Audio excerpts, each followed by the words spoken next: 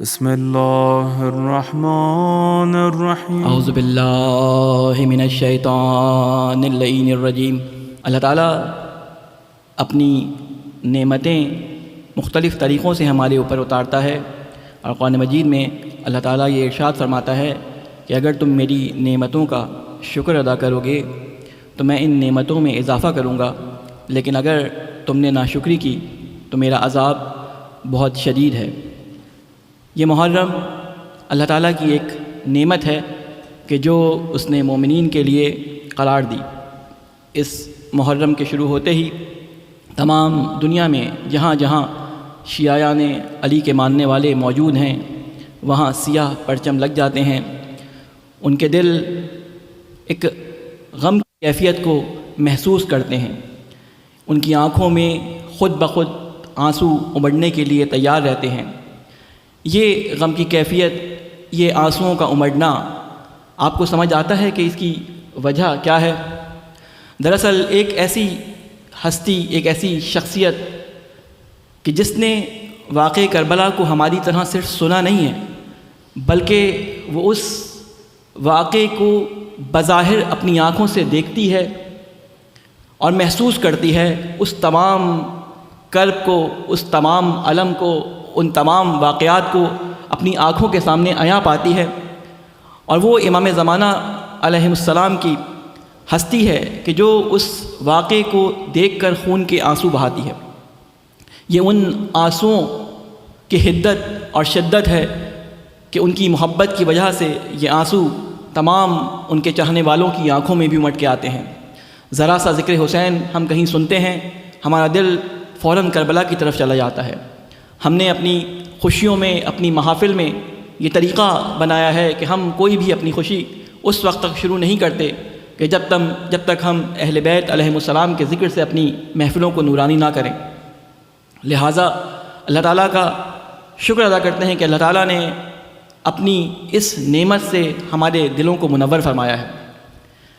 اس کے علاوہ شکر کرنے کا ایک طریقہ یہ بھی ہے کہ شکر صرف زبانی نہیں ہونا چاہیے، بلکہ شکر کے اندر افعال کا، ہمارے اعضاء و جوارح کا حرکت کرنا، اور ان افعال کا جو ہمارے ذہنوں میں ان مجالس کو سن کر جنم لیتے ہیں، جن کے کرنے کی شدت اور حدت کے ساتھ ہمارے ذہنوں میں امنگیں پیدا ہوتی ہیں، ان کو اپنے افعال کے ذریعے ظاہر کرنے کی اللہ تعالیٰ سے دعا کرتے ہیں کہ ہمیں توفیق عطا فرمائے۔ اللہ تعالیٰ قرآن مجید میں سورہ ابراہیم کی پہلی آیت میں یہ ارشاد فرما رہا ہے کہ الف لام را کتاب انزلناہ الیک لتخرج الناس من الظلمات الی النور، کہ یہ کتاب ہے جسے ہم نے آپ کی طرف نازل کیا، باذن ربہم الی صراط العزیز الحمید، تاکہ آپ لوگوں کو حکم خدا سے تاریکیوں سے نکال کر نور کی طرف لے آئیں اور خدائے عزیز و حمید کے راستے پر لگائیں۔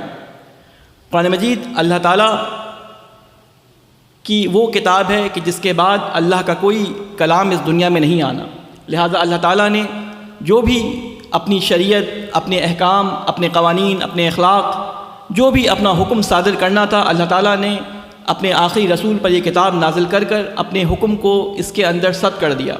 اس کے بعد نہ کوئی نیا حکم آنا ہے، نہ کوئی نیا حرام، نہ کوئی نیا حلال، لہٰذا جو امت محمدی میں حلال ہے وہ حلال ہے، اور جو امت محمدی میں حرام ہے وہ حرام ہے۔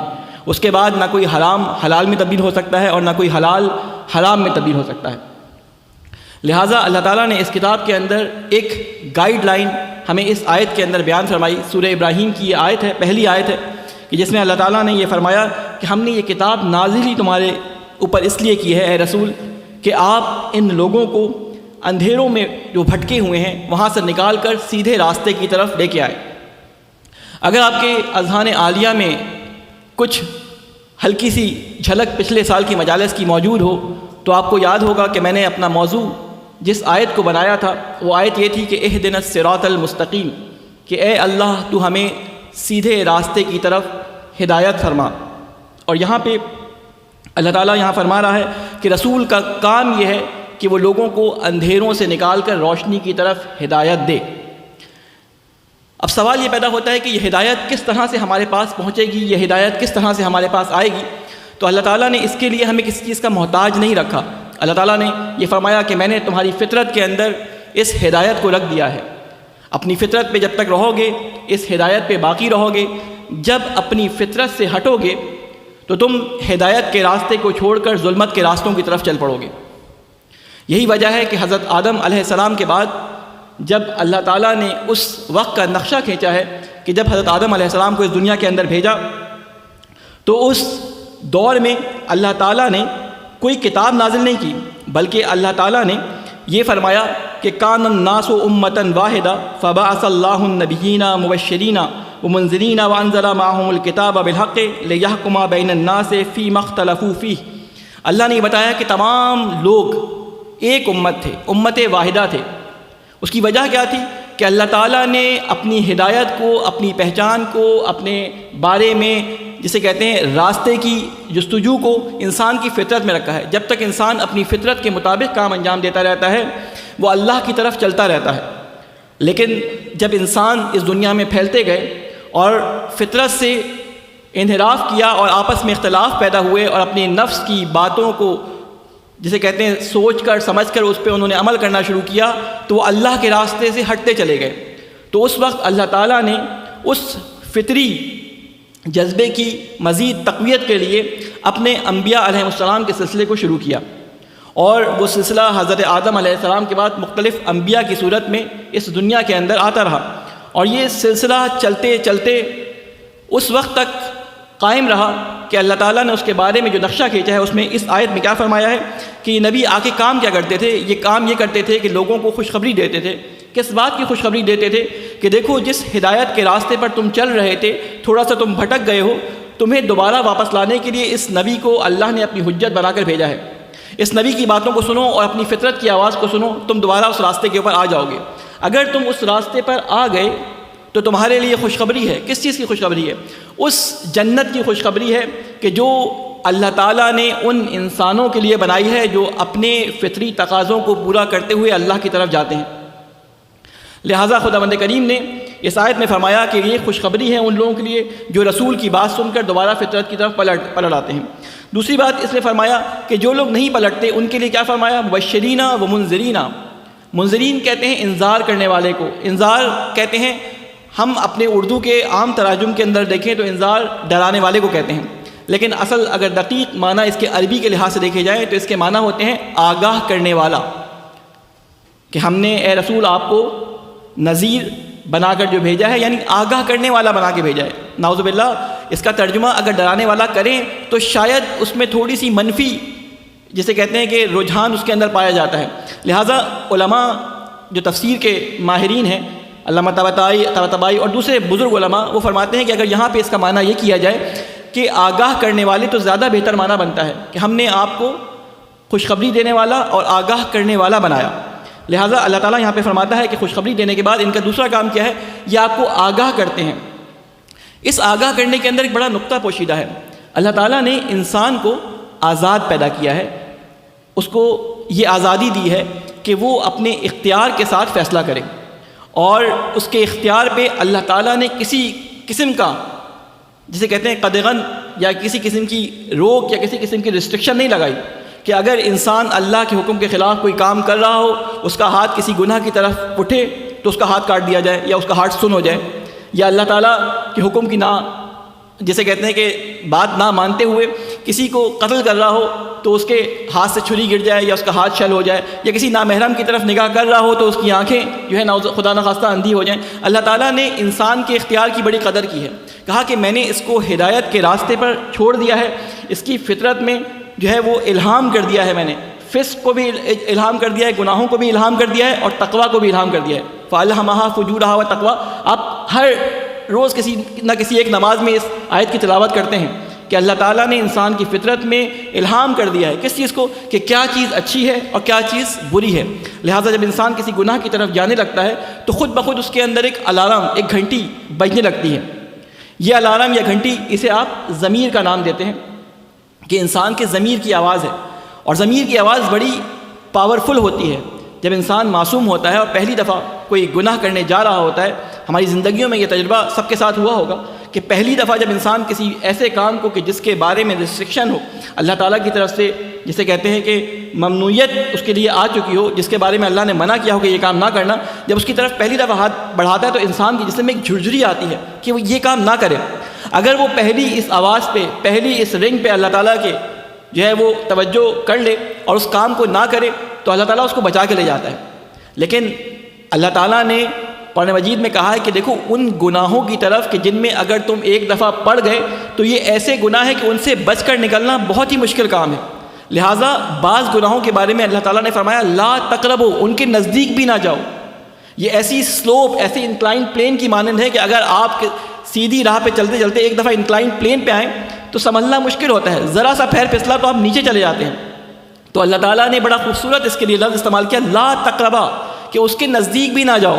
تو لہٰذا اللہ نے یہ آواز جو ہمارے اندر رکھی تو وہ گناہوں سے روکنے کا ایک الارم ہے۔ جب انسان ایک دفعہ اس کو دباتا ہے تو یہ الارم آہستہ آہستہ ہلکا ہونا شروع ہو جاتا ہے، اور ایک وقت وہ آتا ہے گناہ کرتے کرتے کہ اس الارم پہ انسان اتنی زیادہ جسے کہتے ہیں کہ کور بٹھا دیتا ہے، اتنی زیادہ اس کے اوپر بوجھ ڈال دیتا ہے، کچھ چبا دیتا ہے کہ یہ آواز بالکل معدوم پڑ جاتی ہے۔ اسی وجہ سے اللہ تعالیٰ نے بار بار یہ مختلف جگہوں پہ قرآن مجید میں فرمایا ہے کہ اپنے دلوں پر لگے ہوئے زنگ کو اللہ کی یاد سے دھو لو۔ احادیث کے اندر مختلف جگہوں پر یہ فرمایا ہے کہ دیکھو جتنا زیادہ تم اللہ تعالیٰ کا ذکر کرو گے اس ذکر کے ذریعے تمہارے دلوں پہ لگا ہوا زنگ دور ہو جائے گا۔ لہٰذا اللہ تعالیٰ نے اس آیت کے اندر کیا فرمایا کہ یہ انذار کرنے والے ہیں، یعنی تمہیں آگاہ کرنے والے ہیں کہ تم جس راہ پہ چل رہے ہو یہ راہ اچھی ہے یا نہیں۔ اگر تم کسی وجہ سے کسی مسئلے میں گرفتار ہو جاؤ، تمہارے درمیان اختلافات ہو جائیں، تو ان انبیاء کا کیا کام ہے کہ ان انبیاء کا کام یہ ہے کہ اللہ تعالیٰ نے کیا وَأَنزَلَ مَعَهُمُ الْكِتَابَ کہ اللہ تعالیٰ نے ان کے ساتھ کتاب کو اتارا ہے۔ اس کتاب سے مراد کیا ہے اس کے بارے میں نے پچھلی دفعہ بھی آپ کے سامنے جو ہے وہ بیان فرمایا تھا کہ جب قرآن مجید میں لفظ کتاب آتا ہے تو اس کا مطلب ہمارے ذہنوں میں جو اردو زبان ہے ان کے ذہنوں میں کیا آتا ہے کہ ایک جلد کے درمیان چند صفحات لگے ہوں گے اور ان صفحات کے اوپر کچھ لکھا ہوگا، جبکہ قرآن مجید میں لفظ کتاب کئی معنی میں آیا ہے۔ ان میں سے ایک معنی قانون کے بھی ہیں کہ اللہ تعالیٰ نے ان کے پاس قانون بھیجا، اللہ تعالیٰ نے ان کے پاس احکام بھیجے، اللہ تعالیٰ نے ان کے پاس، کیونکہ اللہ تعالیٰ کی یہ جو کتابوں کا سلسلہ ہے یعنی قوانین کا سلسلہ ہے، کبھی یہ کسی نبی پہ آئے تو الواح کی صورت میں آئے، بڑی بڑی تختیاں جیسے حضرت موسیٰ علیہ السلام پہ نازل ہو گئیں جن پہ 10 کمانڈمنٹس لکھے ہوئے تھے ان کے، یا صحف ابراہیم یا صحف موسیٰ جو ان کے پاس اللہ تعالیٰ نے بھیجے، اس صورت میں اللہ تعالیٰ نے اس کتاب کو بھیجا۔ یعنی یہ قوانین تھے جو مختلف صورتوں میں آئے، اور آخر میں اللہ تعالیٰ نے اس کو کتاب کے اس معنی میں کہ جس معنی میں ڈکشنری میں استعمال کیا جاتا ہے کہ لکھی ہوئی کوئی چیز اسے ہم کتاب کہتے ہیں، چاہے وہ خط لکھا ہوا ہو 1 صفحے کا اس کو بھی کتاب کہا جاتا ہے عربی میں، چاہے وہ 10 صفحوں یا 100 صفحوں کا کوئی رسالہ یا کوئی تھیسس ہو اسے بھی کتاب کہا جاتا ہے۔ تو اللہ تعالیٰ نے کہا کہ ہم نے ان انبیاء علیہ السلام کے ساتھ کتاب بھیجی، یعنی اس میں قوانین بھی آ سکتے ہیں۔ تو یہ کوئی اعتراض نہیں کر سکتا کہ ہر نبی کے ساتھ اللہ تعالیٰ نے جب کہا کہ کتاب بھیجی تو کس نبی کے ساتھ کتاب آئی، نہیں، یہ کتاب کبھی زبانی احکام کی صورت میں بھی ہو سکتی ہے، جیسے قرآن مجید میں اس کی مثالیں ملتی ہیں۔ انشاءاللہ جب آئندہ ہم آگے بڑھیں گے تو میں بتاؤں گا کہ کتاب سے مراد قانون کہاں پر لیا گیا ہے۔ جب ہم مدت عدت کو بیان کرتے ہیں خواتین کی تو وہاں پر یہی لفظ کتاب آیا ہے کہ ہم نے ان کے لیے کتاب کے طور پہ ہم نے اتنے ماہ کی مدت رکھ دی ہے کہ یہ جو بیوہ ہو گئی ہیں خواتین اتنے ماہ وہ عدت کے طور پہ اپنے گھروں میں موجود رہیں۔ تو لفظ کتاب آیا ہے وہاں پہ، مختلف جگہوں پہ اللہ تعالیٰ نے اس کو استعمال کیا ہے۔ تو اللہ تعالیٰ نے فرمایا اس آیت کے اندر کہ ہم نے ان کے ساتھ کتاب نازل کی۔ اب اس کتاب کا مقصد کیا تھا وہ آگے 2 جملوں میں مزید واضح ہو رہا ہے۔ اس میں اللہ تعالیٰ یہ فرماتا ہے کہ کتاب اس لیے نازل کی کہ لِيَحْكُمَ بَيْنَ النَّاسِ فِيمَا اخْتَلَفُوا فِيهِ، تاکہ وہ حکم لگائیں، فیصلہ کریں، فِيهِ اس چیز کے بارے میں جس چیز کے بارے میں لوگ آپس میں اختلاف کرتے تھے، یعنی بعض چیزوں کے بارے میں لوگوں میں جو اختلافات پیدا ہو جاتے تھے تو اللہ کے نبی کا کام یہ ہوتا تھا کہ اللہ کی کتاب، اللہ کے قوانین کے لحاظ سے ان کا فیصلہ کریں۔ اس آیت سے ہمیں 2 باتیں سمجھ آتی ہیں کہ اللہ تعالیٰ نے کبھی بھی انسان کو بھٹکتے ہوئے چھوڑا نہیں دنیا کے اندر۔ سب سے پہلا جو انسان اللہ تعالیٰ نے بھیجا وہ اپنی حجت اپنے نبی حضرت آدم علیہ السلام کو بھیجا، تاکہ کسی انسان کو یہ شکایت نہ ہو سکے کہ ہمیں بغیر ہادی، بغیر رہبر کے اس دنیا میں بھیجا گیا، اور اس کے بعد جب ان میں اختلاف پیدا ہوئے اور مختلف معاملات میں وہ آپس میں جھگڑے تو ان کے درمیان انبیاء کا سلسلہ رکھا، اور اس سلسلے کے تحت انہوں نے اپنے خدا کی طرف رغبت کی اور خدا کی طرف چلنا شروع ہوئے۔ اب سوال یہ پیدا ہوتا ہے کہ ہم یہ بات کیسے لوگوں کو سمجھائیں کہ انسان کو خدا کی طرف جانا ہے؟ کوئی کہتا ہے کہ مجھے خدا کی طرف نہیں جانا۔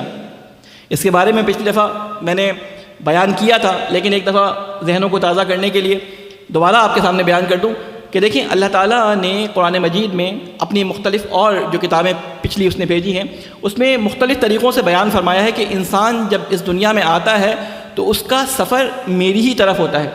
تمام چیزوں کا سفر میری طرف ہے، لیکن خصوصاً انسان کا سفر میری ہی طرف ہوتا ہے۔ اللہ تعالیٰ قرآن مجید میں یہ فرماتا ہے کہ یا ایھا الانسان انکا کادح الی ربک کدحا فملاقی، اے انسان تو اپنے پروردگار کی طرف جانے کی کوشش کر رہا ہے۔ لفظ کادح جب استعمال ہوتا ہے، کدحا کاف دال ہے کا جو روٹ ورڈ ہے جب استعمال ہوتا ہے، اس کا مطلب ہوتا ہے کہ مشقت کے ساتھ جانا، کسی جگہ جانے کی مشقت کے ساتھ، بڑی تگ و دو کے ساتھ کوشش کرنا۔ تو اللہ تعالیٰ فرماتا ہے کہ انسان تو آ تو ہماری ہی طرف رہا ہے، لیکن اس میں تجھے مشقت اٹھانی پڑ رہی ہے، اور تو ایک مقام پر ہم سے ملاقات کرے گا، کدھن فملاقی، اور تو ایک مقام پر یا ایک جگہ پر ہم سے ملاقات کرے گا۔ تو اللہ تعالیٰ نے انسان کو پیدا ہی اس لیے کیا ہے کہ اللہ تعالیٰ کی طرف جائیں۔ اب اللہ کی طرف جانے کے لیے ہمیں کسی گائیڈنس کی ضرورت ہے، ہمیں کسی رہنمائی کی ضرورت ہے، جسے ہم عربی زبان میں کیا کہتے ہیں؟ ہدایت، جس کے بارے میں پچھلا پورا اشرہ میں نے آپ کے سامنے گفتگو کی ہے۔ مختصراً یہ کہ گائیڈنس اسی وقت مل سکتی ہے، اللہ کی طرف اسی وقت جایا جا سکتا ہے کہ جب ہمارے پاس گائیڈنس ہو، اور وہ گائیڈنس اللہ کے بارے میں ہونی چاہیے کہ اللہ کون ہے، اللہ کی ذات کس طرح کی ہے، اللہ کی ذات کو پہچانا کیسے جا سکتا ہے۔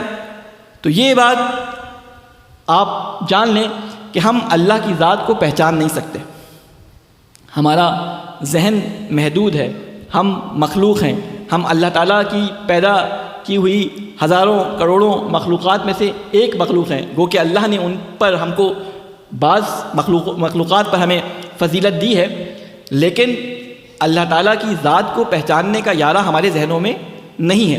لہٰذا اللہ کو اس کی صفات کے ذریعے پہچانا جاتا ہے، اللہ کو اس کی صفات کے ذریعے پہچانا جاتا ہے۔ اب سوال یہ پیدا ہوتا ہے کہ اللہ کی صفات کو ہم پہچانیں گے کیسے؟ اللہ کی صفات کو ہم جانیں گے کیسے؟ تو اس کے لیے اللہ تعالیٰ نے کچھ صفات کو اپنی کتابوں میں بیان فرمایا، اور کچھ صفات کو اپنے ہادی اور اپنی حجتوں کے ذریعے ان کے اندر وہ صفات پیدا کی، اور ان ہادیوں نے، ان انبیاء نے، ان رسل نے، ان اماموں نے ان صفات کا مظہر بن کر لوگوں کو دکھایا۔ اب ہم خدا کی صفات کو ڈائریکٹ خدا کے اندر نہیں دے سکتے، صرف ہم انہی لوگوں سے ان صفات کو سیکھ سکتے ہیں کہ جن کا علم مستقیماً خدا کی جانب سے ہو۔ ہمارے پاس ان صفات کا علم مستقیماً خدا کی جانب سے نہیں ہے، لیکن بعض ہستیاں ایسی ہیں کہ جن کا رابطہ مستقیماً خدا کے ساتھ ہے۔ رابطے سے مراد دو طرفہ گفتگو، یعنی ان کی بات خدا سنتا ہے اور خدا کی بات یہ سنتے ہیں، وہ بات وحی کے ذریعے ہو یا کسی بھی طریقے سے ہو، یہ اللہ تعالیٰ کے ساتھ ڈائریکٹ رابطے میں ہوتے ہیں۔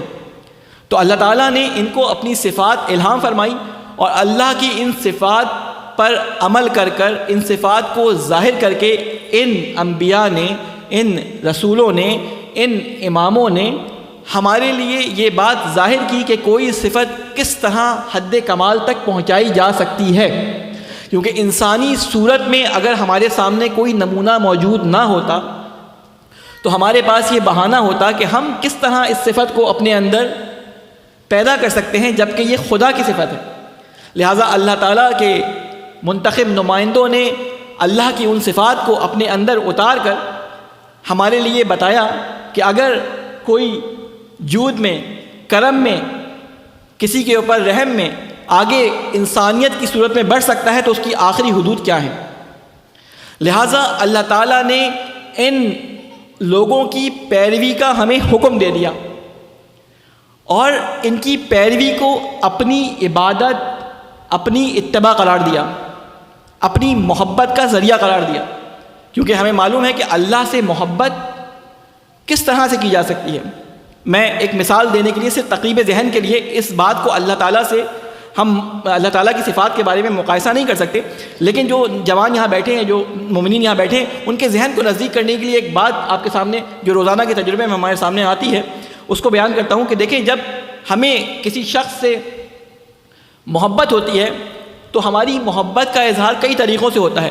ایک طریقہ یہ ہوتا ہے کہ ہم اس شخص کی چیزوں سے پیار کرنے لگتے ہیں، اس شخص کی اولاد سے محبت کرنے لگتے ہیں، اس سے تو محبت کرتے ہی ہیں، لیکن اس کے اظہار کے طور پہ اس کی اولاد سے اپنی محبت کا اظہار کرتے ہیں، اور جس اولاد کے ساتھ وہ شخص دیکھتا ہے کہ یہ شخص میری اولاد کے ساتھ محبت سے پیش آ رہا ہے تو اس شخص کی طرف خود بخود اس آدمی کی، اس شخصیت کی توجہ ہونے لگتی ہے۔ تو اللہ کی جو محبوب ہستیاں ہیں اس دنیا میں، اللہ تعالیٰ نے ان کے بارے میں فرمایا کہ اگر تم مجھ سے محبت کرتے ہو، اے رسول ان سے کہہ دو کہ ان یحببکم اللہ، اللہ سے اگر تم محبت کرتے ہو، رسول سے کہلوا رہا ہے قرآن مجید میں کہ اگر تم اللہ سے محبت کرنا چاہتے ہو فاتبعونی، تو میری اتباع کرو۔ رسول سے کیا کہلوا رہا ہے؟ صرف رسول نے نہیں کہا، تمام انبیاء کے اقوال تو ہمارے پاس موجود نہیں ہیں، لیکن جن انبیاء کے اقوال ہمارے پاس قرآن مجید میں نقل ہوئے ہیں یا روایات میں آئے ہیں تو اس میں یہی ملتا ہے کہ اللہ سے محبت کا ایک ذریعہ یہ ہے کہ ہم اس زمانے کے جسے کہتے ہیں کہ نبی سے یا رسول سے یا امام سے محبت کریں، اس کی اتباع کریں، کیونکہ یہ اللہ سے محبت کا ذریعہ ہے۔ اور اللہ سے محبت ایک ایسی چیز ہے کہ جس سے ہم اللہ کی نزدیکی زیادہ سے زیادہ حاصل کر سکتے ہیں۔ جو جتنا زیادہ اللہ کا محبوب ہوگا قیامت میں اللہ کے وہ اتنے ہی نزدیک ہوگا۔ وہ جو صوفی حضرات یا عرفان کے اندر ایک اصطلاح استعمال ہوتی ہے لقاء اللہ کی اصطلاح، وہ کیا ہے کہ اللہ سے ملاقات، یہ اللہ سے ملاقات کوئی فزیکل ملاقات نہیں ہے، بلکہ اللہ سے ملاقات اللہ کا قرب حاصل کرنا ہے۔ جو جتنا زیادہ اللہ سے محبت میں بڑھا ہوا ہوگا اتنا ہی زیادہ وہ اللہ کے قریب ہو جائے گا۔ تو اب سوال یہ پیدا ہوتا ہے کہ ہم اپنی زندگیوں میں کس طرح سے یہ محبت پیدا کر سکیں، کس طرح سے یہ اتباع اپنی زندگیوں میں لا سکیں۔ تو اس کے لیے ضروری ہے کہ ہم ان ہستیوں کو پہچانیں کہ جن سے اللہ محبت کرتا ہے، جن سے محبت کا اللہ نے حکم دیا ہے۔ ان 10 دنوں میں یا 11 دنوں میں جب آپ کے سامنے ہم اپنی گفتگو کریں گے تو ہماری کوشش یہ ہوگی کہ جس موضوع کو ہم آپ کے سامنے بیان کریں وہ موضوع جو اس عشرہ مجالس کے لیے ہم نے انتخاب کیا ہے وہ موضوع ہے مقصد بعثت و ظہور، کہ اللہ تعالیٰ نے بعثت یعنی مبعوث جو انبیاء علیہ السلام کو کیا، اور جو ظہور جسے ہم ظہور امام زمانہ کے نام سے اپنے عقیدے کا حصہ بناتے ہیں۔ اللہم صلی اللہ علیہ وسلم۔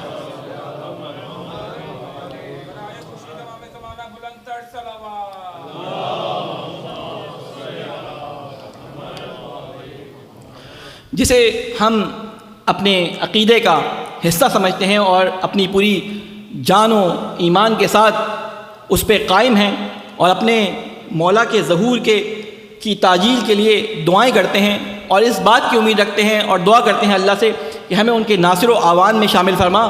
تو ہم ان مجالس میں، عشرہ مجالس میں کوشش کریں گے کہ وہ کیا مقصد تھا کہ جس کی بنا پر اللہ تعالیٰ نے ان انبیاء و ائمہ کو مبعوث فرمایا۔ اب ان مجالس کے اندر میں خلاصہ، کیونکہ ابھی آج چاہتا تھا کہ اپنے موضوع کا ایک تعارف آپ کے سامنے کروا دوں، کل سے اصل موضوع انشاءاللہ شروع ہوگا، کیونکہ آج پہلا دن تھا، ٹائمنگ کا اندازہ نہیں تھا کہ کتنے بجے ہماری مجلس سٹارٹ ہونی ہے، کتنے بجے جو ہے وہ ہمیں مجلس ختم کرنی ہے۔ تو آج تقریباً اندازہ ہمیں ہو جائے گا، اور آپ کو بھی اندازہ ہو جائے گا کہ یہاں سے جانے کے بعد آفیسز کے لیے یقیناً سونا ہوتا ہے، صبح آفس بھی ہے۔ تو ہم اپنی مجلس کو اس طرح سے رکھیں گے کہ آپ لوگ مناسب وقت پہ گھر بھی واپس پہنچ جائیں اور آپ کو آئندہ آنے والے دن میں کوئی پرابلم نہ ہو۔ ایک صلوات بھیجیں محمد علیہ محمد۔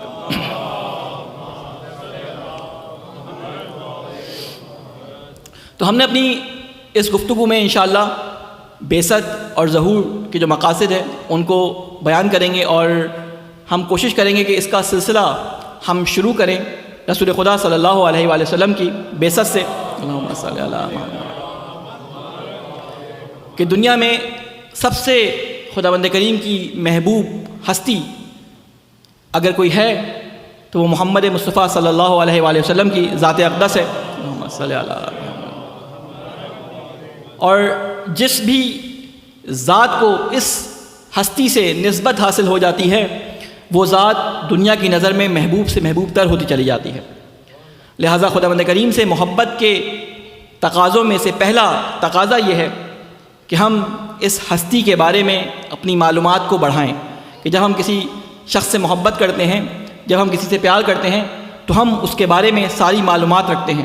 ہم اس کے شوق، اس کے اوقات کے کس وقت وہ کیا کرتا ہے، کس طرح سے وہ لوگوں کے ساتھ ڈیلنگ کرتا ہے، کس طرح سے وہ لوگوں کے سامنے حکم لگاتا ہے، ان تمام باتوں سے ہم آگاہ رکھتے ہیں. اللہ تعالیٰ نے انسان کی فطرت میں ہیروئزم کو رکھا ہے. یہ میں آج کل کی زبان میں استعمال کر رہا ہوں. ہیروئزم کیا ہوتا ہے کہ ایک انسان، اس کی فطرت میں یہ شامل ہے کہ کسی نہ کسی کو وہ آئیڈیلائز کرتا ہے، کسی نہ کسی کو اپنا اسوہ بناتا ہے، کسی نہ کسی کی جسے کہتے ہیں وہ پیروی کرنے کی کوشش کرتا ہے، چاہے وہ اپنی زبان سے اس بات کو مانے، چاہے وہ اپنی زبان سے اس کو نہ مانے. وہ اپنے عمل کے ذریعے کسی نہ کسی کی پیروی کر رہا ہوتا ہے، اور وہ پیروی اسی کی کرتا ہے کہ جو اس کی نظر میں آئیڈیل ہوتا ہے یا اس کی نظر میں برتر ہوتا ہے. آج کل کی نوجوان نسل کے بارے میں اگر ہم دیکھیں تو یہ باتیں ہمیں نظر آتی ہیں کہ یہ ان کے ذہنوں میں کس طرح سے آئیڈیلز کو تعمیر کیا جاتا ہے. میں پچھلی دفعہ بھی اس بارے میں عرض کر چکا، خصوصاً جو پیرنٹس ہیں ان کے لیے میں نے عرض کیا تھا، جو نوجوان ہیں ان کے لیے عرض کر رہا ہوں کہ وہ اپنے چھوٹے بہن بھائیوں کے لیے اس بات کا خیال رکھیں کہ یہ اللہ نے فطرت میں رکھا ہے کہ انسان کسی نہ کسی کو آئیڈیلائز کرتا ہے.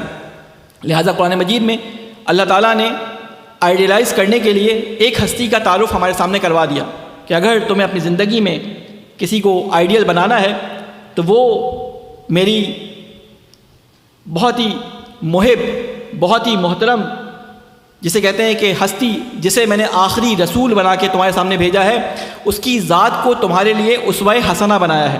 اسوہ حسنہ یعنی وہ بہترین سیرت کہ جس کو تم اپنی زندگی میں عملی طور پر اس کی زندگی سے، جسے کہتے ہیں کہ سبق حاصل کرتے ہوئے عملی طور پہ اپنانے کی کوشش کرو.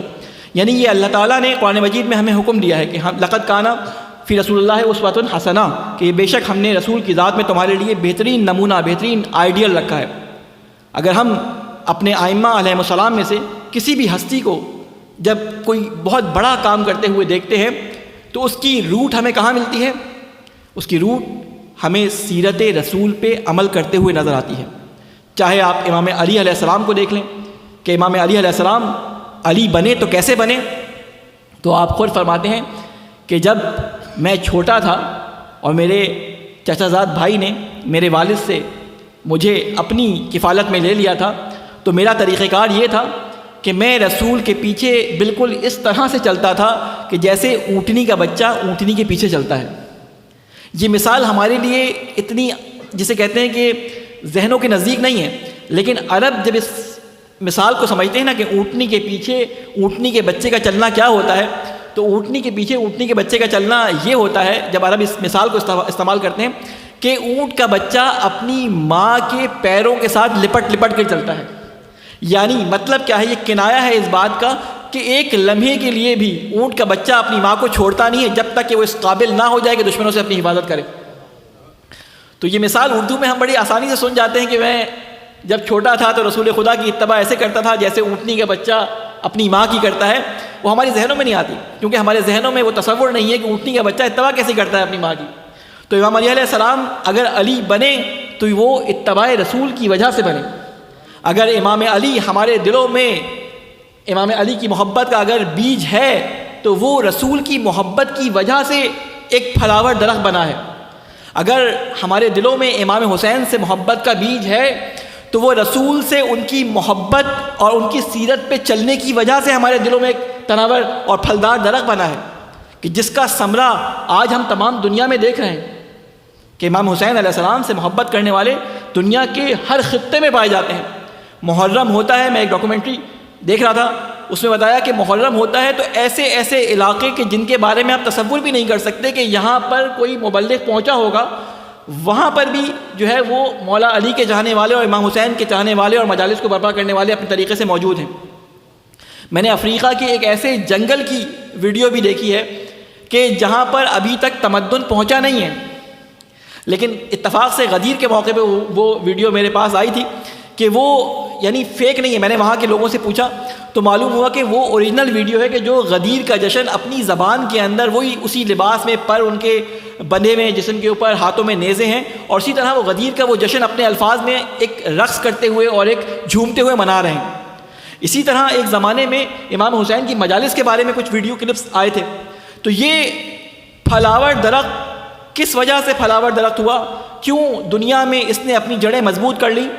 صرف اس وجہ سے کہ حسین نے اپنے نانا رسول خدا کی سیرت پہ اسی طرح عمل کیا کہ جیسے کہ ان کے بابا نے ان کی سیرت پہ عمل کیا تھا. آپ کو وہ خطبہ امام حسین علیہ السلام کا یاد ہوگا کہ جب مدینہ سے نکل رہے تھے تو انہوں نے یہ فرمایا تھا کہ میں نکل رہا ہوں اس لیے کہ میرے اللہ کی حدود کو پامال کیا جا رہا ہے اور میں اس لیے نکل رہا ہوں کہ اپنے جد رسول خدا کی اور اپنے بابا امام علی علیہ السلام کی سیرت کو دوبارہ زندہ کروں. امام حسین نے اپنا مقصد بتایا تھا. تو اب یہ بات ہمیں ان روایات، ان آیات، ان تاریخی واقعات سے یہ سمجھ آئی کہ اصل شخصیت کہ جس کے بارے میں قرآن میں واضح آیت ہے، کوئی روایت نہیں ہے کہ جس کے بارے میں یہ کہا جا سکے کہ اس میں کوئی راوی جو ہے مجہول ہے، کوئی راوی جو ہے وہ مثلا اعتبار کا نہیں ہے تو اس کو قبول کریں نہ کریں. اللہ تعالیٰ نے صریح قرآن مجید میں اس کو ارشاد فرمایا ہے. وہ کیا ہے کہ اگر تم چاہتے ہو کہ مجھ سے محبت کرو تو اس رسول کی اتباع کرو. تو اس رسول کی اتباع کرنے کے لیے ہمیں رسول کو پہچاننا، رسول سے آگاہی حاصل کرنا، ان کی شخصیت کے بارے میں آگاہی حاصل کرنا بہت ضروری ہے. لہٰذا ہم نے کوشش کی ہے کہ ہم نے پورے سال میں اپنا ایک سلسلہ شروع کیا تھا کہ جس میں ہم سیرت النبی پر اپنے مومنین کے ساتھ گفتگو کریں، اور وہ سلسلہ ابھی چل رہا ہے. لیکن ہم کوشش کریں گے کہ ان کے کچھ نکات جو رسول خدا صلی اللہ علیہ وسلم کی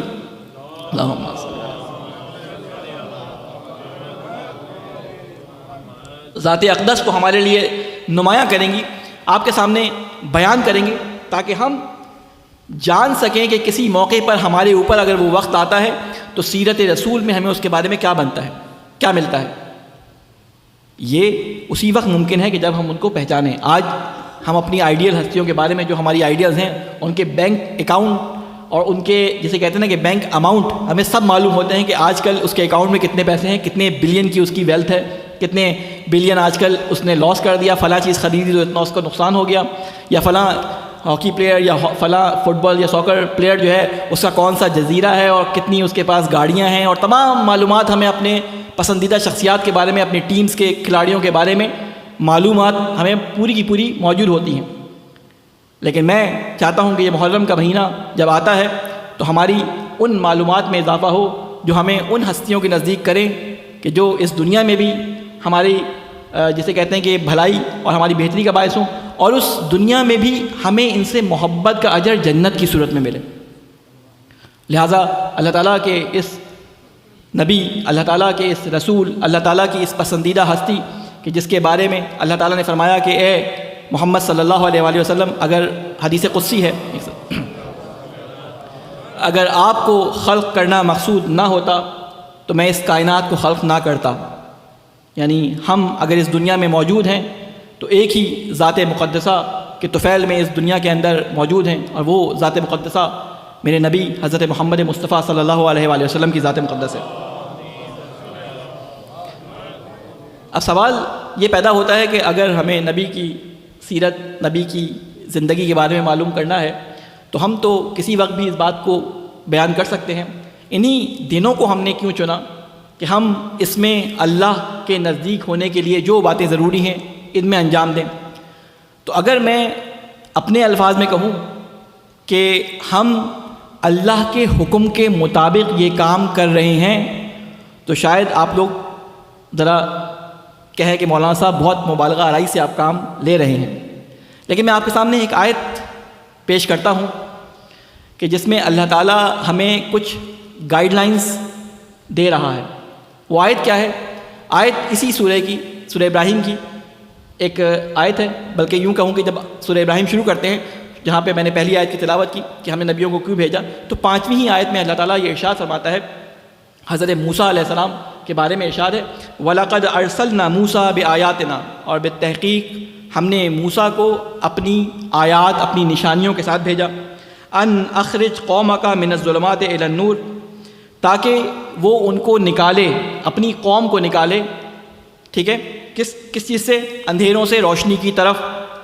اس کے بعد جو جملہ ہے وہ میری بات کی دلیل کے طور پہ میں پیش کر رہا ہوں، اپنی بات کی دلیل کے طور پہ، اخرج قومک من الظلمات الی النور وذکرہم بایام اللہ، اور ان کو خدا کے وہ دن یاد دلائے کہ جو اللہ تعالیٰ کے دن ہیں، وذکر بایام اللہ، ان سے آشنائی پیدا کروائے جو اللہ کے دن ہیں۔ تو ایام اللہ کے بارے میں آشنائی حاصل کرنا اس بات کا باعث ہے کہ انسان ظلمت سے نکل کر روشنی کی طرف جاتا ہے۔ یہ صرف ایک نبی کے بارے میں قرآن مجید میں اللہ تعالیٰ نے فرمایا ہے، اور آپ کو یہ بات معلوم ہوگی کہ اللہ تعالیٰ نے جتنے بھی انبیاء بھیجے ہیں سوائے رسول اعظم حضرت محمد مصطفیٰ صلی اللہ علیہ وسلم کے علاوہ، صلی اللہ علیہ وسلم محمد، وہ تمام انبیاء اپنی قوموں کے لیے نبی بن کے آئے تھے، وہ تمام انسانیت کے لیے نبی بن کے نہیں آئے تھے۔ ان کی رسالت، ان کی نبوت، ان کا دائرہ کار ان کی اپنی قوم تھی۔ حضرت موسیٰ کو ان کی قوم میں بھیجا، بنی اسرائیل کے اندر، حضرت ابراہیم کو ان کی قوم کے اندر بھیجا، ہر نبی کو اس کی قوم کے لیے بنا کے بھیجا۔ حضرت عیسیٰ علیہ السلام کے بارے میں تو فرما بھی دیا کہ نبی بنی اسرائیل کے وہ نبی تھے، اور وہ خود بھی حضرت عیسیٰ کہتے تھے کہ میں بنی اسرائیل کی بکھری ہوئی بھیڑوں کو دوبارہ سے جمع کرنے کے لیے آیا ہوں۔ تو ہر نبی کو اللہ تعالیٰ نے اس کی قوم کے لیے بھیجا، لیکن جب اللہ تعالیٰ نے ان تمام انبیاء کے ذریعے اپنی تعلیمات کو پہنچا دیا اور انسانی ذہن کا ارتقاء یہاں تک پہنچ گیا کہ انسان اب فیصلہ کرنے کی طاقت صحیح طریقے سے کہ جس کے بعد انسان کے اوپر حجت تمام کی جا سکے آ گیا، تو اللہ تعالیٰ نے اپنے اس نبی کو بھیجا کہ جو تمام امتوں کے لیے تھا۔ اللہ تعالیٰ نے فرمایا نا کہ رحمت للعالمین تھے وہ، کہ ہم نے آپ کو بھیجا لوگوں کے لیے، ہم نے آپ کو بھیجا تمام انسانوں کے لیے۔ تو اسی لیے قرآن مجید میں جو ارشادات ملتے ہیں، یا ایھا الناس، یا ایھا الناس، اے لوگو، اے لوگو، یہ نہیں کہا گیا اے مسلمانوں، یعنی اے مسلمانوں خطاب ہوا ہے لیکن مسلمانوں سے کہیں پہ، یا کہیں سے مومنوں سے، کہیں منافقوں سے، لیکن اصل جو اللہ تعالیٰ نے خطاب کیا ہے وہ تمام لوگوں سے کیا ہے۔ یعنی یہ خطاب قرآن مجید کے اندر اللہ نے اس رسول کے ذریعے تمام انسانیت کے ساتھ کیا ہے، یعنی یہ میرا آخری رسول ہے، اس کے بعد میرا کوئی پیغام دنیا کے اندر نہیں آنا، اس کے بعد میری کوئی شریعت دنیا کے اندر نہیں آنی، اس کے اوپر میں نے نبوت کو تمام کر دیا، اس کے اوپر میں نے شریعت کو تمام کر دیا، لہٰذا تم کیا کرو، اس نبی کی اتباع کرو، اور اس کے بعد سے تمہارا کام یہ ہے کہ پچھلے انبیاء کی کتابوں پہ ان کے اوپر یقین رکھو، لیکن تعلیمات پہ اس کی عمل کرو۔ اس کی وجہ کیا تھی؟ اس کی وجہ یہ تھی کہ حضرت ابراہیم علیہ السلام، کیونکہ ہم امت مسلمہ کا باپ یا امت مسلمہ کا سربراہ یا مسلمانوں کا جد امجد جسے خدا نے قرار دیا ہے اسے قرار دیتے ہیں، اور وہ کس کی ذات ہے؟ حضرت ابراہیم علیہ السلام کی ذات ہے۔ تو اس لیے ہم جب رسول خدا صلی اللہ علیہ وآلہ وسلم کی سیرت کو آپ کے سامنے بیان کریں گے تو میں زیادہ تفصیل سے تو پیچھے نہیں جاؤں گا، لیکن میں تھوڑا بہت لنک دوں گا کہ رسول خدا کس کی اولاد سے تھے۔ رسول خدا اولاد میں سے تھے حضرت اسماعیل علیہ السلام کی۔ حضرت اسماعیل کون تھے؟ حضرت اسماعیل حضرت ابراہیم کے بیٹے تھے۔ میں نوجوانوں کے ذہن کو نزدیک کرنے کے لیے ایک تھوڑا سا خاکہ اس کا پیش کروں گا کہ حضرت ابراہیم جب پیدا ہوئے تو آپ کی مخالفت اتنی زیادہ کی گئی، آپ کو ہر طرح سے جسے کہتے ہیں کہ سرکوب کیا گیا۔ ایک جوان 16-17 سال کا لڑکا باپ سے مخالفت، بتوں کو توڑنا، جس کی وجہ سے باپ نے گھر سے نکال دیا۔ آپ سوچیں کہ حضرت ابراہیم علیہ السلام نے بتوں کو توڑا، سارے علاقے کی دشمنی اپنے خلاف لی، باپ کی دشمنی خلاف لی، اور اس کو توڑنے کے بعد وہاں سے نکلے ہیں، تو اس کے نکلنے کے بعد اللہ تعالیٰ سے دعا کر رہے ہیں۔ وہ اللہ تعالیٰ سے دعا کیا کی تھی؟ اللہ تعالیٰ سے دعا انہوں نے یہ کی تھی، ایک صلوات بھیجے محمد والے محمد پہ۔ وہ اللہ تعالیٰ سے دعا یہ کی تھی کہ اے اللہ، تو دیکھ رہا ہے کہ ان سب نے مجھے جھٹلا دیا ہے، میرے پاس میری سچائی کا ان کے سامنے کوئی ثبوت نہیں ہے، اور مجھے ان حالات میں نظر نہیں آ رہا کہ یہ اتنی آرام سے میری بات مان لیں گے، لہٰذا میں تجھ سے دعا کرتا ہوں۔ حضرت ابراہیم کی سوچ دیکھیں کہاں تک تھی، میں تجھ سے دعا کرتا ہوں کہ میری نسل میں ایک لسان الصدق کو، ایک سچی زبان کو قرار دینا کہ جو دنیا میں تیری اس وحدانیت کے پیغام کو پہنچائے۔ اور حضرت ابراہیم کی وہی دعا تھی کہ جس کے بارے میں رسول اکرم فرماتے ہیں کہ میں ابراہیم کی دعا کا نتیجہ ہوں، کہ ابراہیم نے جو دعا کی تھی کہ اے اللہ میری نسل میں ایک ایسی ذات کو قرار دے جو لسان صدق ہو، جو سچی زبان ہو۔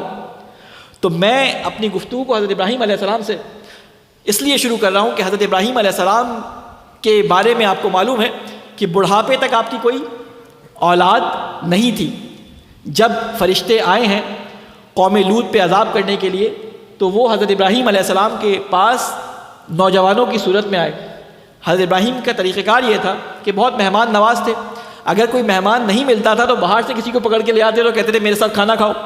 یہ مہمان تو خود چل کے حضرت ابراہیم کے دروازے پہ آئے، کھلانے کو کچھ نہیں تھا، تو کہتے ہیں کہ حضرت ابراہیم کے پاس ایک گائے یا جو گھوڑا تھا یا گائے تھی جو بھی تھی، ایک ہی جس سے کا وہ دودھ پیتے تھے، اسی کو ذبح کر کے جو ہے وہ لے کے آئے اور ان کے لیے کھانا تیار کیا۔ جب انہوں نے نہیں کھایا تو ان کو پریشانی ہوئی، پوچھا حیرت سے، ایک ڈر سا محسوس ہوا، کون ہو؟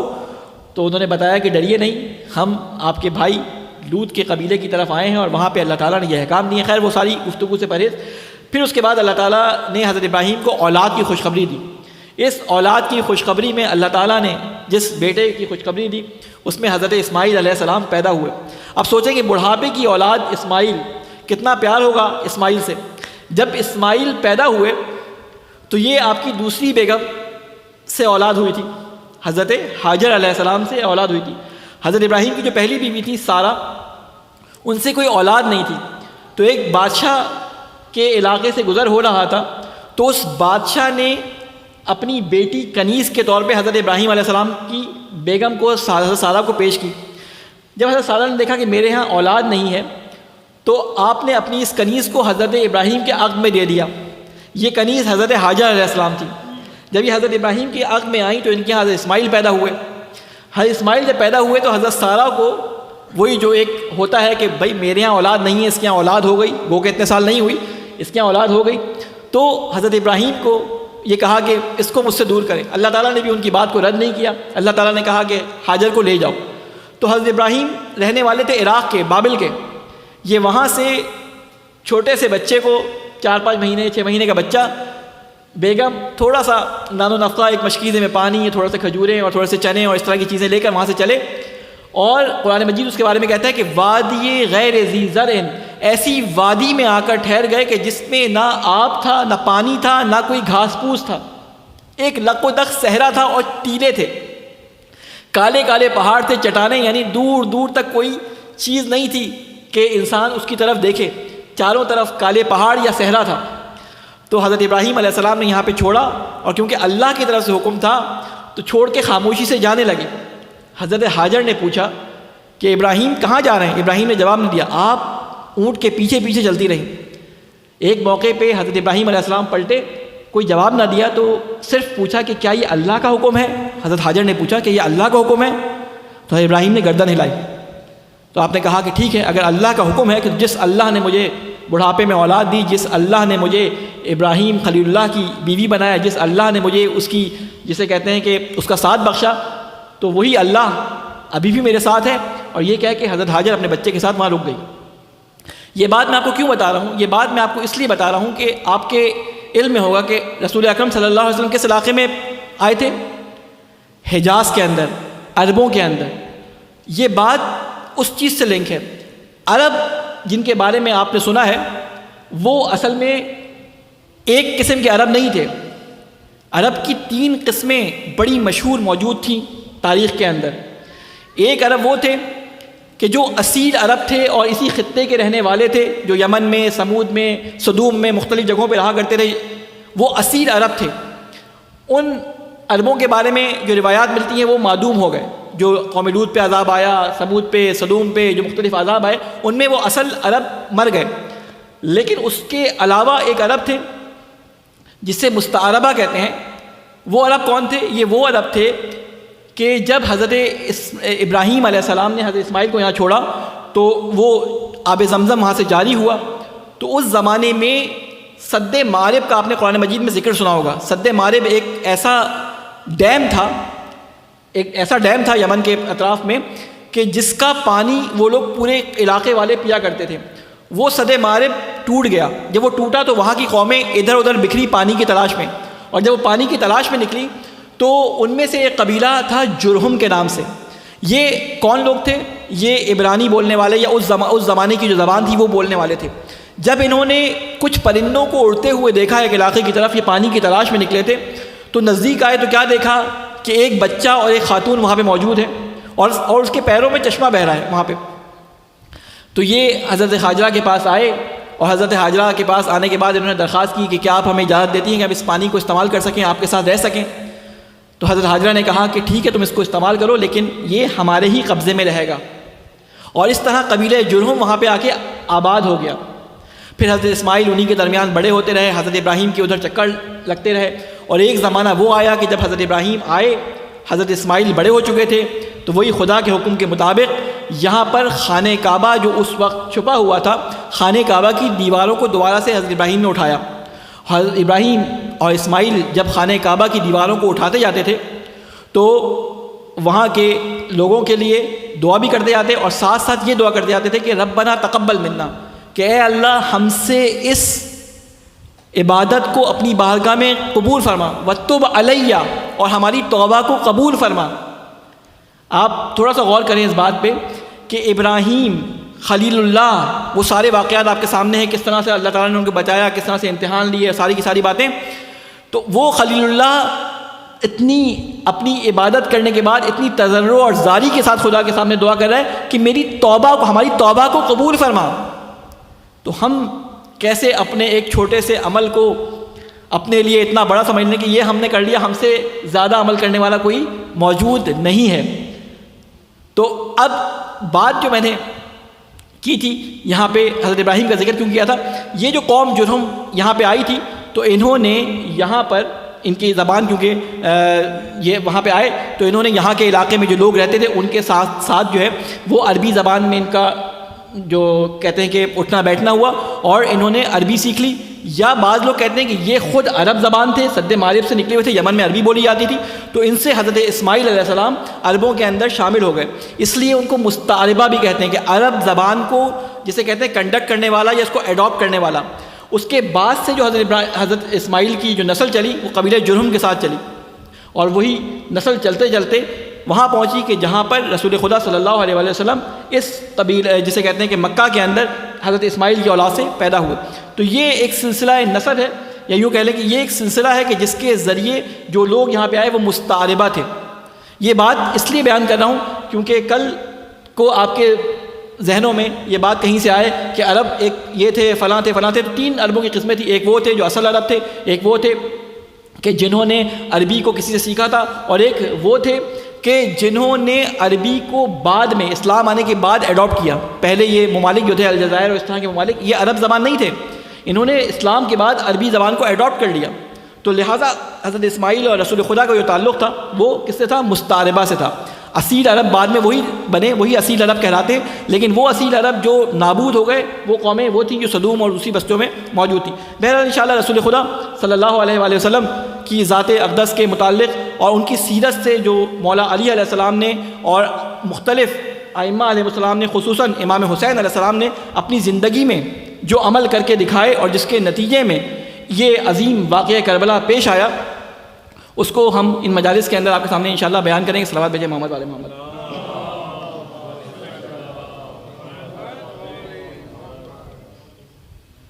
تو ہم اپنی گفتگو کو رب دینے کے لیے صرف 2 باتیں آپ کے سامنے بیان کرنا چاہتے ہیں, اور وہ یہ بات یہ کہ یہ رسول جب اس دنیا میں اسلام کی دعوت لے کر پہنچے تو عربوں کی حالت یہ تھی کہ عربوں میں مختلف شرک اور مختلف چیزیں پھیل چکی تھیں. وہ کیسے پھیلی تھیں انشاءاللہ اگلی گفتگو میں آپ کے سامنے بیان کروں گا.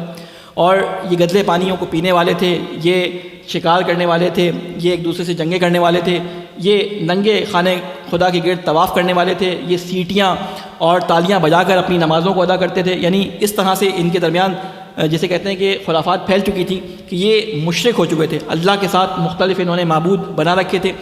ان لوگوں کو رسول خدا نے اخلاق سکھایا، ان لوگوں کو اسلام کی دعوت دی، اور انہی لوگوں میں سے اسلام کی طرف لوگ کھنچ کے آئے۔ اب ایک موقع وہ آیا کہ یہی لوگ جو پہلے جاہل کہلاتے تھے، عرب جاہلی کے اس میں تھے، متمدن جب ہوئے تو انہی میں سے ایک شخص جو تھا وہ باعث بنا کہ یہ واقعہ کربلا کا جسے کہتے ہیں کہ پیش خیمہ اس کی طرف سے شروع ہوا۔ جب رجب کے مہینے میں دشمن خدا امیر شام اس دنیا سے گیا تو ایک خط اس کے بیٹے یزید ملعون نے مدینہ کے گورنر کے نام لکھا۔ یہ مدینہ کا گورنر وہ شخص تھا جو تیسری خلافت کے دور میں ولید بن عقبہ اس کا نام تھا، یہ کوفے کا امیر تھا، کوفے کا گورنر تھا۔ ایک دن اس نے شراب کے نشے میں صبح کی نماز 4 رکعت پڑھا دی۔ وہ جو آپ سنتے ہیں نا ولید کی بات کہ ایک کسی گورنر نے جو ہے وہ 2 رکعت کی جگہ 4 رکعت فجر کی نماز پڑھائی تھی، وہ یہی ولید بن عقبہ تھا۔ تو مسلمان جیسے بھی ہوں نماز کے بارے میں بڑے حساس ہوتے ہیں، تو ایک ڈیلیگیشن اٹھا وہاں سے اور حکومت کے پاس آنے کے بعد انہوں نے شکایت کی کہ خلیفہ نے یہ کام کر دیا ہے۔ اس وقت مدینہ کا حاکم کون تھا؟ مروان تھا، مروان بن حکم مدینہ کا حاکم تھا۔ اس نے احکامات جاری کیے، فوراً اس کو معزول کر دیا گیا۔ کس کو؟ ولید بن عقبہ کو۔ یہ ربط سمجھیے گا، ولید بن عقبہ کو معزول کرنے والا کون تھا؟ مروان بن حکم، جو تیسری خلافت کے دوران مدینہ کا والی تھا۔ آج خط آیا ہے ولید کے پاس، یہ مدینہ کا گورنر ہے اور مروان اس کے پاس بیٹھا ہوا ہے جب اس نے امام حسین علیہ السلام کو بلایا ہے۔ یہ آپ کے ذہن میں آ گیا؟ اب یہ ولید جب اس کو معزول کیا گیا تو بجائے اس کے کہ مدینہ آتا اور اس کے اوپر حد جاری ہوتی، اس نے فرار اختیار کیا شام کی طرف، اور یہ شام چلا گیا۔ شام میں معاویہ اس کا چچا زاد بھائی تھا۔ اب یہ واقعات گزرتے چلے گئے۔ اب وہ موقع آیا جب یزید نے اپنا جو جسے کہتے ہیں کہ اپنی بیعت لینے کے لیے خط لکھا، اور وہ خط جب ولید کے پاس پہنچا تو اس نے ایک شخص امام حسین علیہ السلام کی خدمت میں بھیجا کہ امام حسین کو طلب فرمایا ہے گورنر نے، آپ تشریف لے کے آئیں۔ اس وقت امام حسین علیہ السلام مسجد نبی کے اندر چند لوگوں کے ساتھ، چند اشخاص کے ساتھ، جس میں نام لیا جاتا ہے عبداللہ بن زبیر یا عبداللہ بن عمر، ان لوگوں کے ساتھ بیٹھے ہوئے کسی امور پہ گفتگو کر رہے تھے۔ جب یہ قاصد پہنچا تو امام حسین سے عبداللہ بن زبیر نے کہا کہ خیریت ہے کہ اس وقت دربار میں بلایا گیا ہے، رات کا وقت ہے، اس وقت میں گورنر جو ہے ولید جو ہے اپنے دربار میں نہیں بیٹھتا، کوئی خاص بات لگتی ہے۔ تو امام حسین نے ظاہر کیا کہ ہو سکتا ہے کہ حاکم شام کی اس دنیا سے رخصت ہو گئی ہو اور اس کا بیٹا حکومت میں آیا ہو اور اس نے بیعت طلب کرنے کے لیے یا وہ خبر پہنچانے کے لیے ہمیں بلایا ہو۔ بہرحال ابھی یہ گفتگو جاری تھی کہ وہ شخص دوبارہ آیا کہ حاکم نے آپ کو یاد کیا ہے۔ امام حسین نے کہا کہ تم چلو، ہم آتے ہیں۔ گفتگو ختم کر کے امام حسین گھر کی طرف چلے، اور گھر کی طرف جب آپ گئے ہیں تو وہاں پہ بی بی زینب موجود تھی، یا بعض کہتے ہیں کہ گھر جانے کے بعد آپ نے بنی ہاشم کو جمع کیا اور 18 بنی ہاشم کو اپنے ساتھ لے کر آپ ولید کے دربار کی طرف چلے۔ جب آپ ولید کی دربار کی طرف چلے تو آپ نے اپنے ساتھیوں کو یہ بیان فرمایا کہ میں اندر جاؤں گا لیکن تم لوگ اندر نہیں آنا جب تک کہ میری آواز اونچی نہ ہو جائے۔ ولید کے دربار میں پہنچے، میں گفتگو کو بہت مختصر کر رہا ہوں، ٹائم میرے پاس بہت کم رہ گیا ہے۔ ولید کے دربار میں جب پہنچے، سلام کیا، اور اس کے بعد ولید نے اپنی جگہ چھوڑی امام حسین کے لیے، اپنے ساتھ امام حسین کو بٹھایا، اور وہ خط جو یزید نے بھیجا تھا امام حسین کے سامنے رکھا اور بتایا کہ اس طرح سے حاکم شام کی اس دنیا سے رخصت ہو گئی ہے۔ اب اگر امام حسین علیہ السلام اس کے بارے میں اظہار مسرت کرتے تو ایک بہانہ حکومت کو مل جاتا کہ امام حسین علیہ السلام نے اپنی دشمنی کو جو ہے وہ ظاہر کرتے ہوئے بغاوت کی اور ان کو قتل کر دیا گیا اس جرم کے تحت، تو ایک بہانہ مل جاتا۔ امام حسین نے اپنی باڈی لینگویج پہ، تمام چیزوں پہ امام کو کنٹرول تھا۔ امام نے جو کلمہ اپنی زبان پہ جاری کیا وہ کلمہ استرجا تھا۔ استرجا انا للہ و انا الیہ راجعون، قرآن کی آیت پڑھی جس کے پڑھنے میں کوئی حرج نہیں کہ تمام چیزیں بے شک اللہ کی طرف سے ہیں اور اللہ کی طرف ان کو پلٹایا جائے گا۔ اس کے بعد امام نے سوال کیا کہ مجھے کیوں طلب کیا گیا ہے، مجھے کیوں بلایا گیا ہے؟ تو ولید نے کہا کہ یزید نے آپ سے بیعت کا فلاں فلاں شخص سے اور آپ سے بیعت کا مطالبہ کیا ہے، اگر ہم اور آپ ہوتے تو ہم کیا کرتے؟ جو عبداللہ بن زبیر نے کیا انہوں نے امام حسین کو کہا تھا کہ آپ نہ جائیں، آپ نہ جائیں۔ کیوں نہ جائیں؟ اس لیے کہ آپ کا حق بنتا ہے کہ آپ نہ جائیں۔ اس کی مثال یہ ہے کہ مثال کے طور پہ مثلا عامر بھائی ہیں، وہ ایک جگہ رہتے ہیں، میں اس علاقے میں رہتا ہوں، میرے بچے کے پاس پڑھنے کے پیسے نہیں ہیں، مثال کے طور پہ میں عامر بھائی کے پاس جاتا ہوں، عامر بھائی میرے بچے کے پاس پڑھنے کے پیسے نہیں ہیں، آپ کچھ ہیلپ کریں گے؟ عامر بھائی کہیں کوئی بات نہیں، اس کی فیس میرے ذمہ۔ اب یہ بچہ ان کے پیسے پہ پل کے بڑا ہوتا ہے، اور بڑا ہونے کے بعد وہ CSS یا کسی بھی بڑے امتحان میں بیٹھ کر ایک آفیسر لگ جاتا ہے، اور آفیسر تعینات ہوتا ہے عامر بھائی کے علاقے میں، اور آنے کے بعد وہ پہلا کام یہ کرتا ہے کہ وہ مثلا SP لگ جاتا ہے، اور پہلا کام یہ کرتا ہے کہ وہ پولیس کی وین بھیجتا ہے عامر بھائی کے پاس اور کہتا ہے کہ ان کو میرے آفس میں بلاؤ۔ تو عامر بھائی کا کیا بنتا ہے؟ کہتے ہیں یہ بچہ جس کو ہم نے پڑھایا تھا، یہ بچہ جس کی فیسیں ہم نے بڑھی، ہمارے پیسے پہ پلنے والا، آج ہمیں اپنے گھر بلا رہا ہے، چاہیے تو یہ تھا کہ میرے گھر پہ آتا، مجھے سلام کرتا۔ لیکن امام حسین علیہ السلام یہ کر سکتے تھے، امام حسین نے یہ نہیں کیا۔ کیوں؟ امام حسین کوئی بھی بہانہ یزید کے ہاتھ میں دینا نہیں چاہتے تھے۔ امام حسین علیہ السلام نے کہا کہ میں جاؤں گا، اور آئے، اور آنے کے بعد یہ سوال کیا۔ اب ولید نے کہا کہ یزید آپ سے بیعت چاہتا ہے، تو امام حسین نے بڑی حکمت سے کام لیتے ہوئے فرمایا کہ دیکھو رات کا اندھیرا ہے، اگر میں تمہاری کوئی بات مانتا بھی ہوں تو لوگوں کو نہیں پتا، لوگوں کے سامنے تم کل بیعت کا مطالبہ رکھو۔ ایک صلوات بھیجیں محمد علیہ محمد۔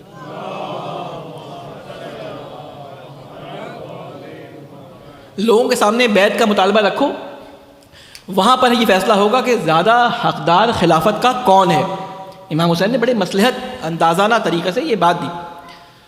یہ کہہ کر جب وہ وہاں سے نکلنے لگے تو اب وہ مروان جو کسی زمانے میں اس مدینے کا حاکم ہوا کرتا تھا، دشمن خدا دونوں تھے، لیکن مروان ذرا جیسے اگر 20 نمبر تھے تو ولید 19 نمبر کا تھا، تو اس نے کہا میرا تو کوئی حرج نہیں ہے۔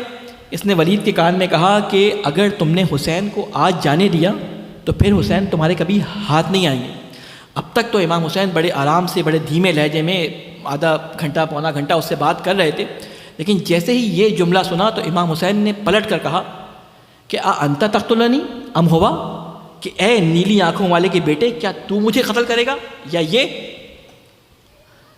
امام حسین کا یہ جملہ سننا تھا کہ ولید خاموش ہو گیا، اور امام حسین نے بڑی مصلحت سے کام لیتے ہوئے اپنے آپ پہ بڑا کنٹرول کیا ہوا تھا، لیکن یہ ایک ایسا جملہ تھا کہ اگر امام حسین اس وقت یہ بات نہ کرتے تو امام حسین علیہ السلام نے اگلا جملہ یہ کہا کہ میں میرے جیسا یزید جیسے کی بیعت نہیں کر سکتا۔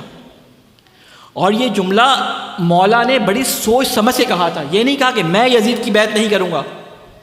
امام نے کہا کہ میرے جیسا آئندہ آنے والی میری نسل میں، میرے ماننے والوں میں جو میرے جیسا ہوگا وہ آئندہ آنے والی نسلوں میں کسی یزید جیسے کی بیعت نہیں کرے گا۔ اور یہ جملہ اتنا سنگین تھا کہ تاریخ میں اس کی اتنی اہمیت تھی کہ بعد میں امام سجاد کو ہتکڑیاں باندھ کے یزید کے سامنے لایا گیا، مختلف ائمہ پہ جیلوں میں اور قیدوں میں مختلف ظلم ڈھائے گئے، لیکن بیعت کا مطالبہ کسی سے نہیں کیا گیا۔ یہ وجہ یہی تھی کہ امام حسین نے کہتے نا کہ پہلے ہی دن اس بات کو ایسے دبایا، ایسے اس کا سامنا کیا کہ آئندہ کسی کو جرت نہیں ہوئی کہ بیعت کا مطالبہ کرے کسی بھی امام سے یا کسی بھی امام کے چاہنے والے سے۔ لہٰذا امام حسین یہ کہہ کے وہاں سے نکلے، آواز کا اونچا ہونا تھا کہ بنی ہاشم اندر داخل ہو گئے، اور جب بنی ہاشم اندر داخل ہوئے تو یہ حضرت عباس علیہ السلام سب سے آگے تھے۔ مولا کی آواز بلند ہوئی، حضرت عباس کا ہاتھ تلوار پر اور آنکھیں امام حسین علیہ السلام کی آنکھوں میں۔ امام حسین علیہ السلام نے اشارہ کیا کہ عباس ابھی وقت نہیں آیا، اور یہ کہہ کر حضرت عباس اور تمام ساتھیوں کے ساتھ ان کے جھرمٹ میں ولید کے دربار سے گھر کی طرف آ گئے۔ جب گھر کی طرف آئے ہیں تو امام حسین علیہ السلام نے کوچ کا حکم دے دیا، کیونکہ حالات ایسے ہو گئے تھے، ولید کے ساتھ گفتگو ایسی ہو گئی تھی کہ اب مدینے میں ٹھہرنا امام حسین علیہ السلام کے لیے ممکن نہیں تھا۔ جب کوچ کے حکم کی خبر بی بی زینب تک پہنچی تو زینب امام حسین علیہ السلام کی خدمت میں آئیں، آنکھوں میں آنسو، بھیا مدینہ چھوڑنا پڑے گا؟ ہاں بہن، مدینہ چھوڑنا پڑے گا۔ بھیا میں بھی آپ کے ساتھ چلوں گی۔ زینب تمہارے شوہر عبداللہ ہیں، تمہارے والی عبداللہ ہیں، تمہیں ان سے پوچھنا ہوگا۔